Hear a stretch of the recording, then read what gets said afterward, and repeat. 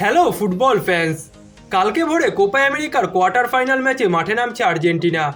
Group পর্বে প্রতিটি ম্যাচেই জয় দিয়ে নকআউট পর্বে পৌঁছেছে আর্জেন্টিনা, যেখানে তারা ইকুয়েডরের মুখোমুখি হতে চলেছে। কোয়ার্টার ফাইনাল ম্যাচটিতে আর্জেন্টিনা 5 জুলাই ভোর 6:30 AM মাঠে নামবে।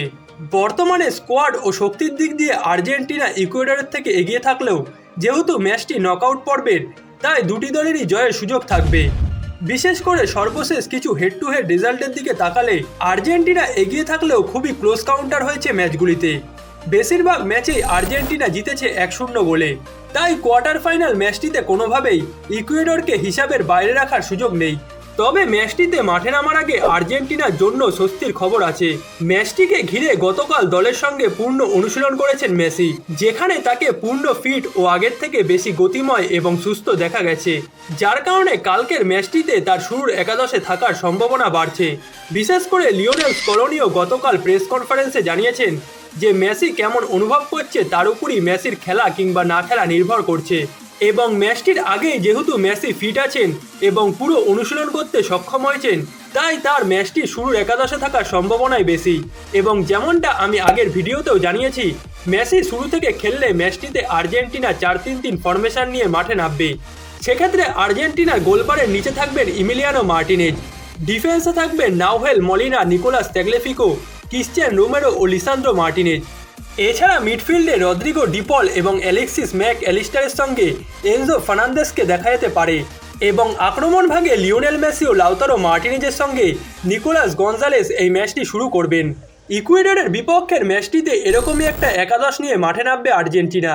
অন্যদিকে শারীরিক ফুটবল পছন্দ করা ইকুয়েডর দলেও ভালো মানের ফুটবলাররা আছেন, যেমন মিডফিল্ডে চেলসি তারকা কাইসিদো আছেন এবং আক্রমণ ভাগে তাদের অধিনায়ক ইনার ভ্যালেন্সিয়া আছেন, যারা কিনা ম্যাচটিতে আর্জেন্টিনার জন্য সমস্যার কারণ হতে পারেন।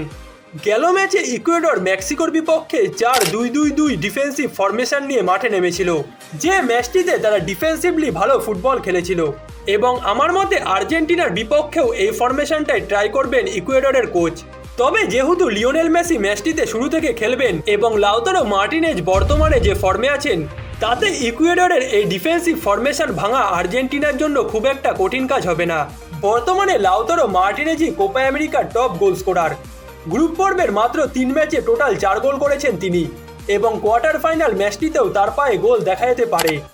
এর আগে আর্জেন্টিনা ইকুয়েডরের বিপক্ষে সর্বশেষ খেলা 5 ম্যাচে 4টিতেই জয় পেয়েছে এবং একটি ম্যাচ ড্র করেছে।